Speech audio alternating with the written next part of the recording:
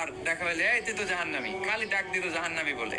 কিয়ামতের দিন আল্লাহর ওলিরে আল্লাহ ডাকবে, আল্লাহ ডেকে বলবে, এই তুমি যারা জাহান্নামী বলে ডাক দিছো, কে জাহান্নামে যাবে আর কে জান্নাতে যাবে, এই ডিলারশিপ কি আমি দুনিয়ায় তোমারে দিছিলাম? তো তুমি ওরে জাহান্নামী কেন বললা? ও নামাজ পড়ে নাই, ও আমারে ডাকতে পারে নাই, কিন্তু তোর মতো বেয়াদবি করে নাই। চিল্লায় বলেন ঠিক কিনা? আজকে ওরে আমি জান্নাতে দেব, তোরে জাহান্নামে দেব। খবরদার, কাউরে জাহান্নামী বলার আগে 1000বার ভেবে নেবেন।